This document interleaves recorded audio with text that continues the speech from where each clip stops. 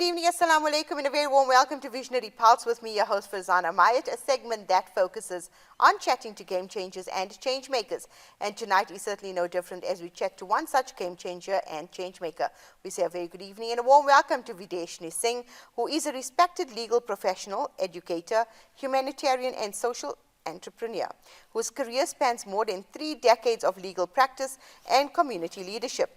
With a unique ability to preach professional expertise and grassroots impact, she has dedicated her life to advancing social justice, empowering vulnerable communities, and creating sustainable pathways for transformation. As the founder of Lightworkers Serve, Love, Give, and Ruhi Lifestyle, Videshni has championed initiatives that addressed gender-based violence, addiction, recovery, youth development, women's economic empowerment, and community well-being.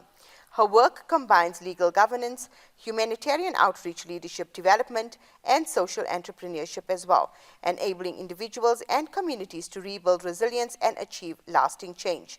Driven by a deep commitment to service, dignity, and empowerment, Videshni continues to inspire meaningful social impact through advocacy, education, and innovative community-based solutions across South Africa and beyond. Videshni, good evening, and thank you so much for joining me on Visionary Pulse. It's an honor and privilege to have you featured on my show. Thank you so much for having me, Farzana. So, Videshni, you have successfully combined a distinguished legal career with humanitarian leadership. What inspired you to transition from corporate legal practice into community development and social justice work? Because I would think legal and then coming totally into community, it's two vast spheres, right? Very true, Farzana. I think, however, who we are comes through in everything that we do. Right. So in terms of the social justice background, I come from a family of anti-apartheid activists in Merebank, Durban. Most of them are in the pro-Palestinian movement right now. And we are endeavoring to create change from community level right up to, I would say, corporate. For me, the transition was seamless because you always grow up with activist background, so like human you said, rights. You come from that background, yes, right? Human rights is vital in every breath of whatever work I'm doing. So I think the greater social impact and need to make change and create change came from not forgetting where we come from and remembering how much my family had contributed to change over the years. It was only natural for me to step into the role and continue the work. But when did the realization hit, Videshni? You know, you were then a lawyer, a successful one at that, and then you decided to go in another direction. I think from the time that I came up to Johannesburg, probably around 1998, I was already articled at Dene's Rates Attorneys, Norton Rose, they were known as. And I started doing community work through a religious organization, and one that also impacted my growth so fundamentally, because when you grow up in a religious or spiritual organization, your values are always going to be embedded there. And I think when I entered the law firm, because I come from a human rights background, there was something that didn't quite gel. Although I fought the feeling and I continued to be progressive in terms of my thinking, and I continued the journey in fulfilling my career as a lawyer.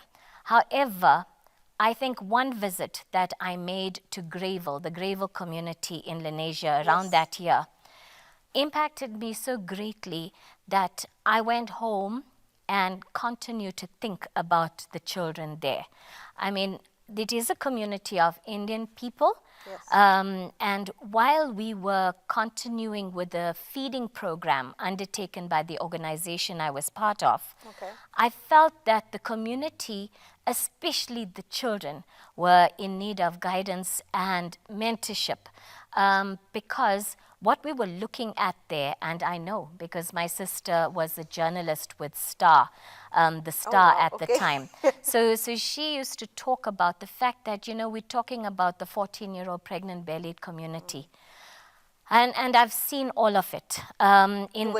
Over there. So in terms of the move and the motivation, I felt like we had a whole lot of people who wanted to give and create change. So in the north of Johannesburg. Right. And so I actually made it my mission to join the people who could give to those that were in need. But the journey came full circle in realizing that the people in the community were also, plagued with other social issues. Okay. And then after, I think, leading a 3-month drive to make sure that we service the community with nappies, groceries, even the legal needs like fighting on behalf of community members for school fees, medical needs, I went back and walked in the community 2 to 3 weeks later, and I found everything that we had given the community, the households that we had especially sorted out the needs for, were left bare again. And that was when I was hauled in to social services, Johannesburg Institute of Social Services, and they said to me, Videshni, this is where the problem lies. And it is purely 3rd generational, now 4th generational drug addiction that we are dealing with there. Oh my word. That is scary. It That is. is really scary. It is. And I think that the only way that you can plug that issue is by bringing on all the stakeholders that are involved. In fact, social services extended a hand for me to join them at an anti-drug conference. And when I went there, I saw a social worker stand up and say, this morning, a child was delivered to the building, the institution of social services. Okay. She said, or the department as such, she said to us, that child was brought in by a man who bought her for 30 rand on the highway. Oh my word. When they approached this child, she was drenched in a substance head to toe, which they tested to find was 13 different samples of semen on a 9-year-old child. Oh my word. And this is the reality you are dealing. And that social worker, or the head of the social services in DSD at the time, said she couldn't even sleep or lie down next to her husband that night. That is so shocking, Videshni. It And plagued. heartbreaking. Exactly. And so, when you are in the face of problems like that, and if you are the personality that I have been and raised up with those kind of values, we can't get lost in the superficial existence of the high walls and the great cars. When you there need is to see the suffering. You exactly, need to do something about you it. Yes. need to immerse yourself on the ground, and I did a large part of that for 13 years, just being on the ground and enabling change in children. And I've when I look at the organization and what we've achieved, we've actually impacted lives there in Greyville and dealt with addiction, to ensure that we don't have generations later that go through the same issues. I'm not saying that I plugged it and that I resolved and created a solution, but what I did was try to curb the situation somewhat. Exactly, yes. And be proactive in actually creating solutions for that community, and I'll talk more about that. Okay, so Videshni, with over 31 years in the legal profession, right, what have been some of the most significant lessons that have shaped your leadership philosophy? Let's go to that. Okay, so in terms of my leadership philosophy, I think Imtiaz Suleiman, Madiba, those are my heroes, and I was just so blessed to have met them purely because I believe in servant leadership. And I did it to my detriment, though, because when you go onto the ground and you work for 13 years, there's hardly any other professionals around you that are doing same. And you want to be able to give off as much as of yourself to create solutions, which is kind of what I think led to a certain type of burnout. So I was just going to get to that. Yes. Did you not burn out eventually? No, I think that that's exactly been the journey. And I know that from the solutions created, and that is to, after the meeting with the Department of Social Development when they created that anti-drug conference, I went out and from my legal knowledge grabbed stakeholders together and asked them, like 6 different stakeholders from Department of Health, NPA, social services, the police services, including citizens in that community, and created what I thought was a local drug action committee that was going to curb the issue there. Right. In terms of leadership, you cannot divorce yourself and sit just as a visionary if you do not get your hands dirty with the work. I love what you just said now, yes, because it's the truth. It is the truth, because the only way you can create fundamental change is by immersing yourself among the people that you are serving. Knowing exactly what their plights are, what they're going through. For sure. Otherwise, we sit so detached and on a judgmental level of every human being. And sometimes, you know, when I think the first day I took up a job at social services, I worked first as an acting magistrate in training in children's court. And from there, when I saw the social workers come in, Right. totally unprepared. You know, you and I, Farzana, if we are taking on a job, we'll make sure that we look good, look smart, put on our makeup, And pack our prepared, bags, yes. and are prepared. What the social workers have to deal is coming to court, finding 10 babies a day around the court that are abandoned, shush a baby, feed the baby the bottle, while using the other hand to sign up paperwork. And what I realized is how ludicrous is our situation in this country when all the social ills and problems are falling on the shoulders of young graduates who have to go and visit children in hospital because of abandonment, ensure that paperwork is done, doing all of this without being mothers themselves. Exactly, and taking then, care of, like you're saying, the abandoned kids and babies. yes, and seeing molestation, and then come into court where we are sitting and compile a report. So I think I started falling in love with the work of a social worker. And if we had to look at the year in which I started, a car guard salary was more than a social worker's. If you consider and calculate how much a car guard would make, you know, in a busy shopping center, would be close to like 10,000 a month. The social worker was at that time earning like around 7 or 5, you know, for trainees and auxiliary social workers. Some of them work for nothing. And the work is so extensive, like you've just explained. And, exactly. And that's something that goes so unseen. And I'm so glad that you're highlighting it on Visionary Pulse, because our viewers need to be aware of what is really going on. Of course. And even when you are standing there from a rights perspective, and I also have been an activist in children's rights, when you stand from a rights perspective as well, we don't understand the kind of weight on the shoulders of even a magistrate in children's court. I mean, in my training there, we were dealing a case so severe where parents actually boiled their child, both being very high, after murdering the baby. Boiled the baby so that nobody would recognize the race of the baby. It was a well-known, highlighted case, popular because of, you know, the audacity and atrocities committed by parents in addiction as well. But these are human beings that have to call judgment and ensure that files are in order. And I think I grew sick sitting in the children's court, realizing I don't need to just chase money in this. I went physically and asked for a job at Johannesburg Institute of Social Services. I said, I realize that we are falling short in transport, in marketing. Make me your marketing person. I will create programs. And you know, I think a large part and leaning of my work came from being able to allow myself to be exposed to that, because it wasn't for the money. I probably Definitely not, yeah. Like you said. I was earning close to 7,000 Rand driving between Randburg, my home, Lenasia, and Fordsburg every day with the institute that I chose to work for.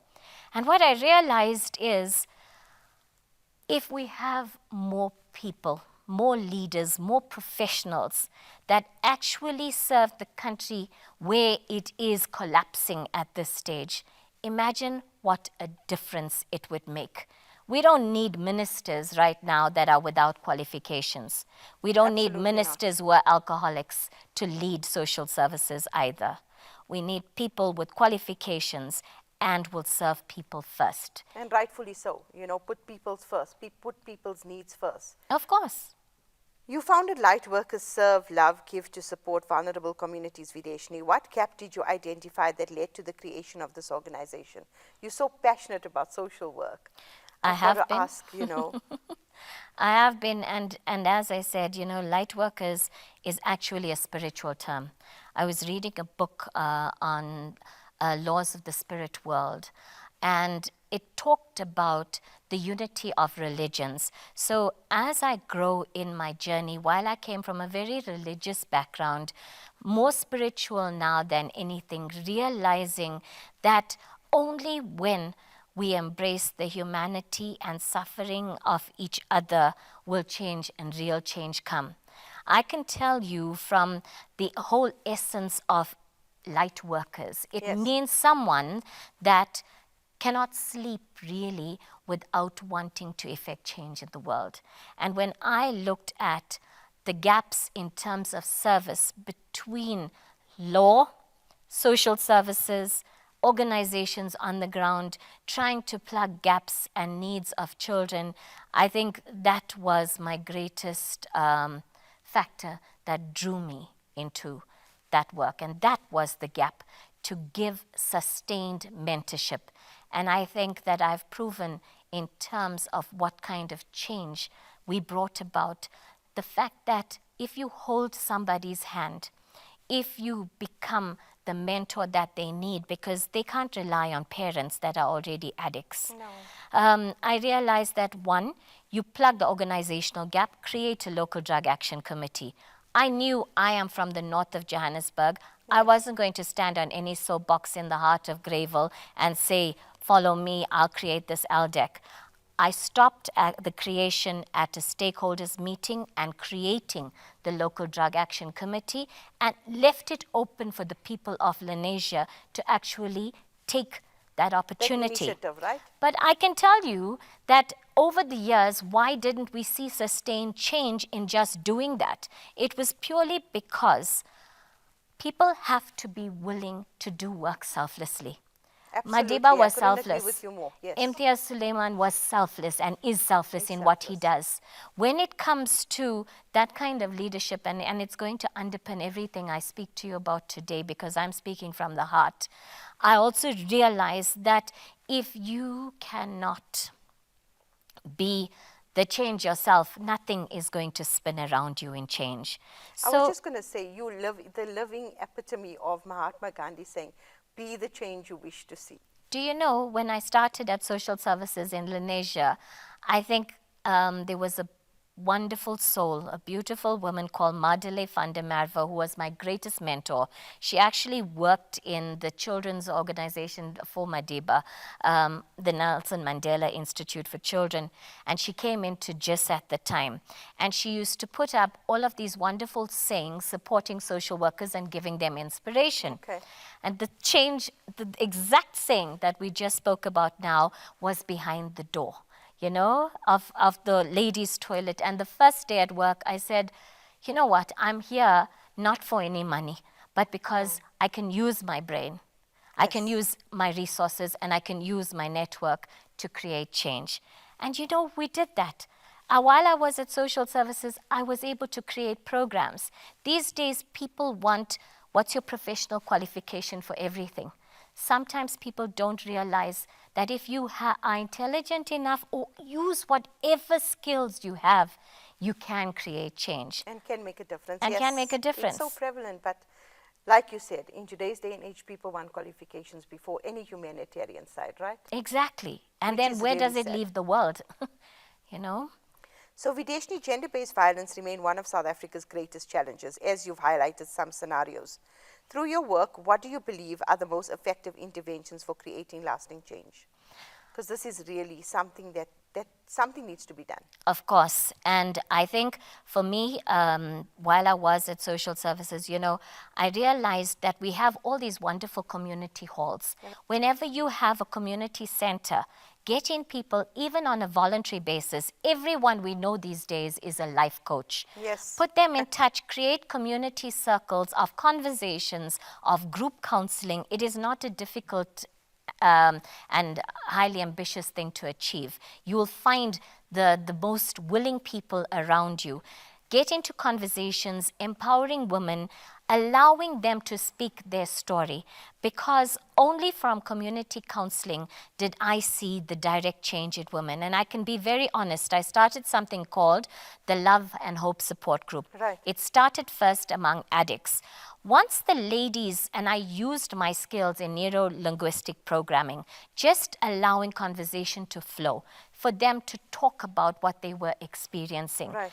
And what I saw was that as they started healing, becoming more open about their story, they actually approached me, and I used craft. I love craft for children. I created a brand called Ruhi, purely because I was looking at the time for Hindu craft to teach people how to learn Hinduism from craft. I use the same thing in social services, because when you work with people and craft, they develop the left side of their brain. And once they start developing the left side of their brain, automatic healing starts happening. And they start thinking differently. So they came to me and said, Videshni... That's something new to learn, hey? I never knew that. Yes. They said to me, Videshni, is it possible for you to let us learn sewing? I got a cousin on board, and that's where the origins of the Ruhi sewing program began. So we started with women that had already transformed from our little circle in social services. Right. We taught them sewing, and to answer your question on what is that, in my experience, and has been the answer or somewhat of a solution, is empowering women economically. You deal their mindset. You don't treat it as if there is something wrong with them. The entire justice system lets down women. I get calls from women all the time when they're reporting incidents of rape at a police station, that they are more interrogated there. And how abusive... But we see that so much, Videshni. Why is that the case? Because where we are not intervening. The victims are already emotional. The victims are already in another state. And like you said, they're being interrogated. Not just interrogated, Farzana. Some of those victims get raped in the police station while they are there waiting. Oh, it is when you talk about the levels of trauma that women have to undergo, you will never find a solution until, and I love the Islamic faith for one thing, and that is its protection over women.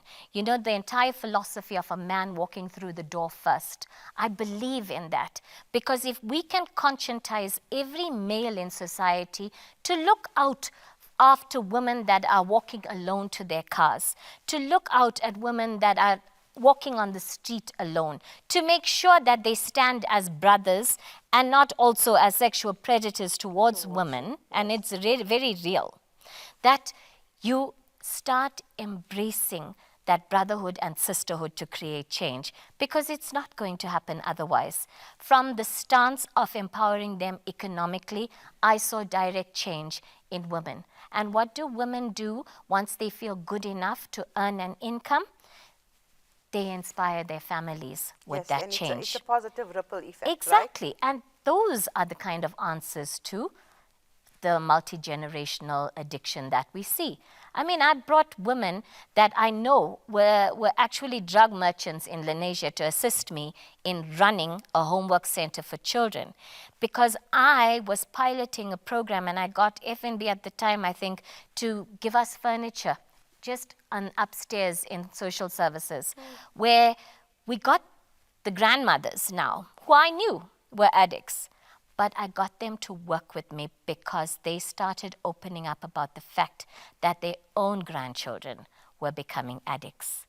And I did the most. I mean, I could be thrown into jail for doing unconventional rehabilitation of children.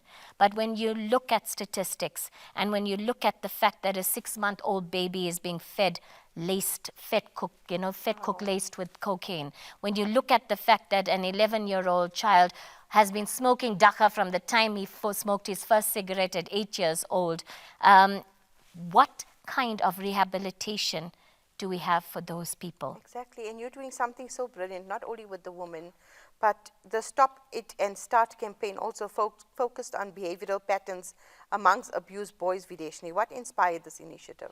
Okay, so that too was a campaign that we ran from Johannesburg Institute of Social Services. And if I speak to that campaign, it was purely because at the time we were receiving complaints from our social workers who were saying that boys at 11 years old were in 3 schools surrounding social services were raping each other in bathrooms. Oh, Now, no. this we know has come from behavior that they have encountered. If we look at statistics, if we look at the reality of consultations that are held at social service institutions all over, you will hear from parents that they didn't know it was wrong to show a child porn. If you are sleeping in a 1-bedroom shack, what are children exposed to? Okay. We have to start our counseling in grassroots from that level Right to from say the foundation. it's wrong to do this. When you do not tackle the violence that boys are exposed to right at the start, those are our eventual perpetrators of abuse. And I did stop it at the start because I was doing research on UK and Scotland, and I adopted the name from there purely because we had to deal male toxicity where it arose. And it starts at grassroots levels, like you've just pointed out. Of course. And when fathers are not, aren't available, because if we look at our country historically, the role of the man was to go out and seek work. And provide, yes. When you ask the children, and this was not so long ago, when I sat among them and I said to them, is it wrong to hit a man? Yes, it's wrong to hit a man. Okay. I asked in the same workshop, is it wrong to hit a woman? No, it's not wrong to hit a woman. When I asked them, what do you learn from the men around you? We learn how to smoke and drink and hit women. Why is it right to hit a woman? Because if she's going to leave you for another man, you must hit her and control her. So this is what. Okay, so they've been brought up with this kind of ideology already. And how do we turn it around? So we can only create change at that level. Go into communities, speak to people. Language doesn't have to be a barrier. Understand. And in your instance, you've been right there everywhere. Exactly. Going right down. Exactly. Even into the informal settlements, to create programs there and understand firsthand where the gaps are in our country. We have a beautiful country. I won't even say that corruption is an enemy to our growth. With corruption, at least, there's a quid pro quo that it has to fulfill a certain definition, right? What we have is theft left, right, and center. And as a result of it, what is happening to the most vulnerable communities? They are suffering the most. Which is absolutely very, very sad. But Videshni, well done, and I'd like to commend you on the difference that you are making each and every day. Not often do you see someone in a position like yours going out there and wanting to make a change as well. Juggling everything is really not easy, which brings me to my last question. What is the one thing or one motivational quote that gets you up every morning? I think that I've built my life on the essence of the teachings of serve, love, give. And purely, you don't need any qualification in order to be able to serve. You don't need a qualification in humanity for it to understand the essence of love. And giving we can do every day without even blinking, because we all sit in homes with extra. And if we had to change the world a little bit at a time, I would say the other thing that gets me up every day is never forgetting where I come from. And for me, it's a Mere Bank Chats with Girl, understanding addiction and its the relevant social ills in communities, understanding how you can create solutions to it, and understanding that who are we if we cannot define ourselves anymore from where we come from. That is absolutely inspiring, Videshni. I want to thank you so much for joining me on Visionary Pulse. It has been an honor and a privilege chatting to an inspiring lady like yourself. Thank you so much for having me. Appreciate that. So that brings us to the end of another wonderful segment of Visionary Pulse. Join me, Farzana, next week as I chat to another visionary, game changer, and change maker. Good evening. Assalamu alaikum wa rahmatullahi wa barakatuh.